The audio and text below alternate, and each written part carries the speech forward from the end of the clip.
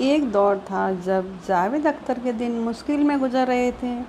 ऐसे में उन्होंने साहिर से मदद लेने का फ़ैसला किया, फ़ोन किया।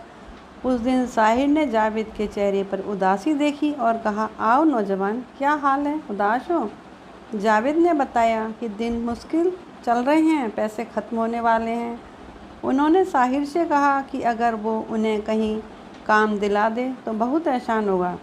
जावेद अख्तर बताते हैं कि साहिर साहब की एक अजीब आदत थी।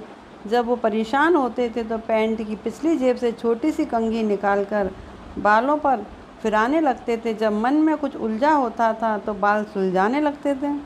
उस वक्त भी उन्होंने वही किया। कुछ देर तक सोचते रहे और फिर अपने उसी जाने पहचाने अंदाज में बोले, ज़रूर नौजवान फ़कीर, देखिएगा क्या कर सकता है। फिर पास रखी मेज़ की तरफ इशारा करके कहा, हमने भी बुरे दिन देखे हैं नौजवान, फ़िलहाल ये ले लो, देखते हैं क्या हो सकता है। जावेद अख्तर ने देखा तो मेज़ पर 200 रुपये रखे हुए थे। वो चाहते तो पैसे मेरे हाथ पर भी रख सकते थे, लेकिन ये उस आदमी की सेंसिटिविटी थी कि उसे लगा कि कहीं मुझे बुरा न लग जाए। ये उस शख्स का मयार था कि पैसे देते वक्त भी मुझसे नज़र नहीं मिला रहा था।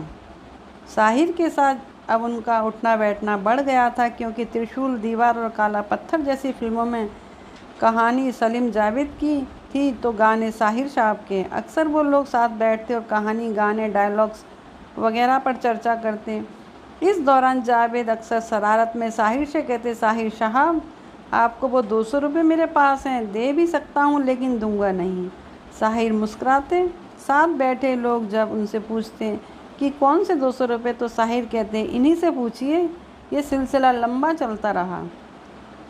साहिर और जावेद अख्तर की मुलाकातें होती रहीं, अदबी महफिलें होती रहीं, वक्त गुजरता रहा और फिर एक लंबे अरसे के बाद तारीख आई 25 अक्टूबर 1980 की।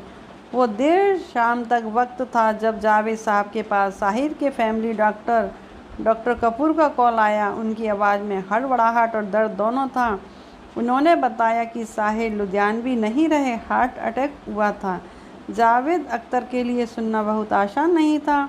वो जितनी जल्दी हो सकता था उनके घर पहुँचे तो देखा कि उर्दू शायरी का सबसे करिश्माई सितारा एक सफ़ेद चादर में लिपटा हुआ था। वो बताते हैं कि वहाँ उनकी दोनों बहनों के अलावा B.R. चोपड़ा समेत फिल्म इंडस्ट्री के भी तमाम लोग मौजूद थे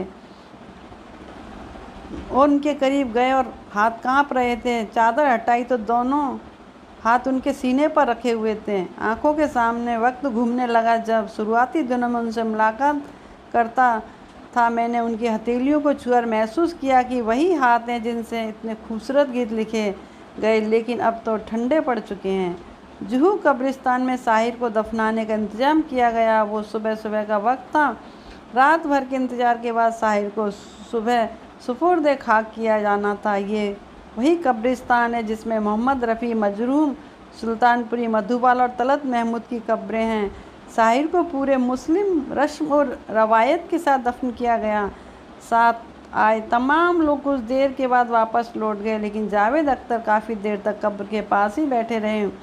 काफ़ी देर तक बैठने के बाद जावेद अख्तर उठे और नम आँखों से वापस जाने लगे। वो जुहू कब्रिस्तान से बाहर निकले और सामने खड़ी अपनी कार में बैठने ही वाले थे कि उन्हें किसी ने आवाज़ दी। जावेद अख्तर ने पलटकर देखा तो शाहिर साहब के एक दोस्त अशफाक साहब थे। अशफाक उस वक्त की एक बेहतरीन राइटर वहीदा तबस्सुम के शौहर थे, जिन्हें साहिर से काफ़ी लगाव था। अशफाक हड़बड़ाए हुए चले आ रहे थे। उन्होंने नाइट सूट पहन रखा था। शायद उन्हें सुबह सुबह ही खबर मिली थी और वह जैसे ही घर से निकल आए, उन्होंने आते ही जावेद साहब से कहा, आपके पास कुछ पैसे पड़े हैं क्या? वो कब्र बनाने वाले को देने हैं, मैं तो जल्दबाजी में ऐसे ही आ गया। जावेद साहब ने अपना बटुआ निकालते हुए पूछा, हाँ हाँ, कितने रुपए देने हैं? उन्होंने कहा 200 रुपये।